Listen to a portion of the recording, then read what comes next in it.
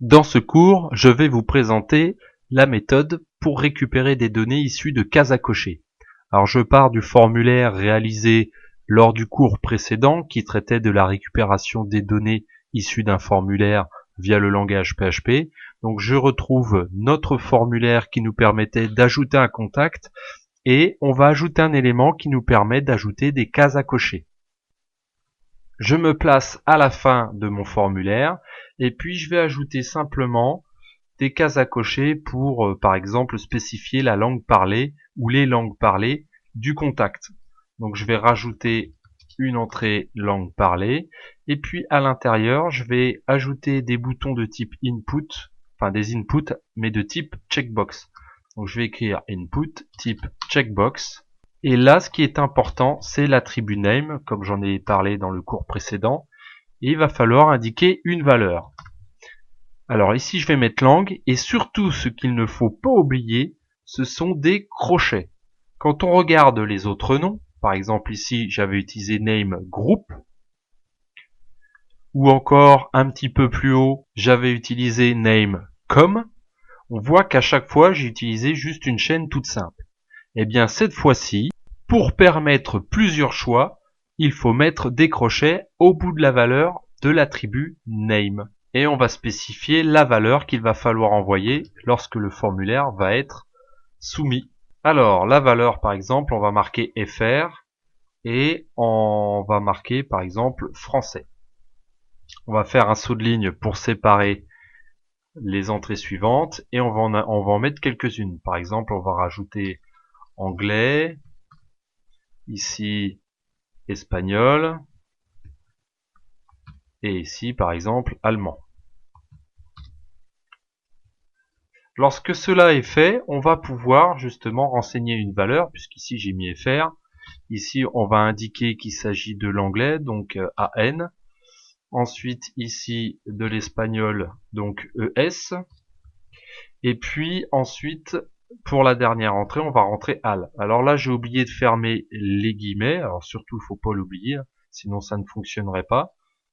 Donc là, je rajoute mes guillemets. Si j'affiche le résultat dans mon formulaire, on voit que j'ai bien les langues parlées ici. Donc il serait peut-être un peu plus pertinent de mettre l'enregistré en dessous les langues parlées, comme ceci. Maintenant, je peux cocher plusieurs cases. Alors c'est pas parce que j'ai mis des crochets que je peux cocher plusieurs cases. Ça, c'est le comportement rendu par le navigateur.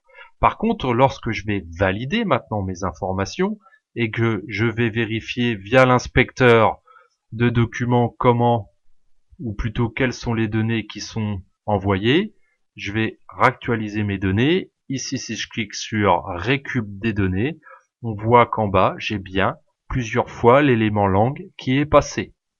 Et ça va correspondre à une clé dans mon tableau $post.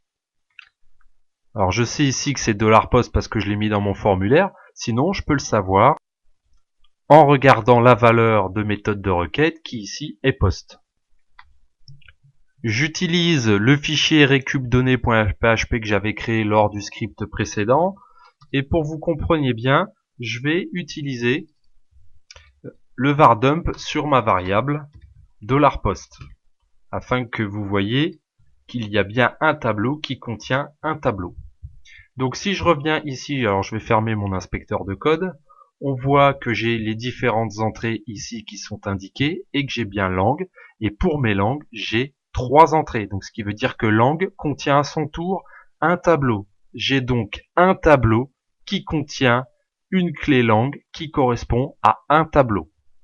Ce qui veut dire que côté traitement de la donnée, il va falloir faire une boucle sur langue afin d'itérer sur les 3 valeurs qui sont associées à la clé langue. Si ces notions sont pas claires pour vous, je vous invite à regarder le cours consacré pour avoir un petit peu plus tableau d'informations PHP. sur cette Donc notion ça, c'est de dans la tableau, playlist je vais sur les bases de justement PHP. écrire Ici, langue. Je vais donc obtenir le contenu de la clé langue.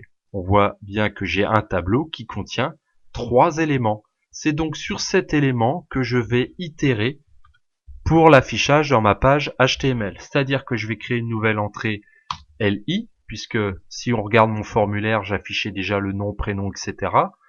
Et je vais donc pouvoir générer la langue qui est parlée par le contact que je souhaite ajouter. Pour cela, je vais faire un for each. Donc j'utilise la syntaxe alternative puisque je suis au milieu du HTML. Ici, je vais coller mon $post langue et je vais mettre en clé ici $langue. Maintenant, il ne me reste plus qu'à afficher les différentes valeurs qui sont listées une par une. Donc j'actualise et je vois maintenant que j'ai bien FRANES. Donc je peux peut-être mettre une entrée pour que ça soit un peu plus lisible tout de même. Par exemple, langue parlée. Et quand j'enregistre, on voit bien que j'ai maintenant langue parlée. On voit que j'ai un problème d'imbrication de liste déroulant. C'est parce que ici, il est beaucoup plus pertinent d'ouvrir une balise UL et puis de la fermer. En fait, ici, c'est juste que j'ai un élément de liste qui contient à son tour une liste à puces, qui contient à son tour des éléments de liste, si je clique ici.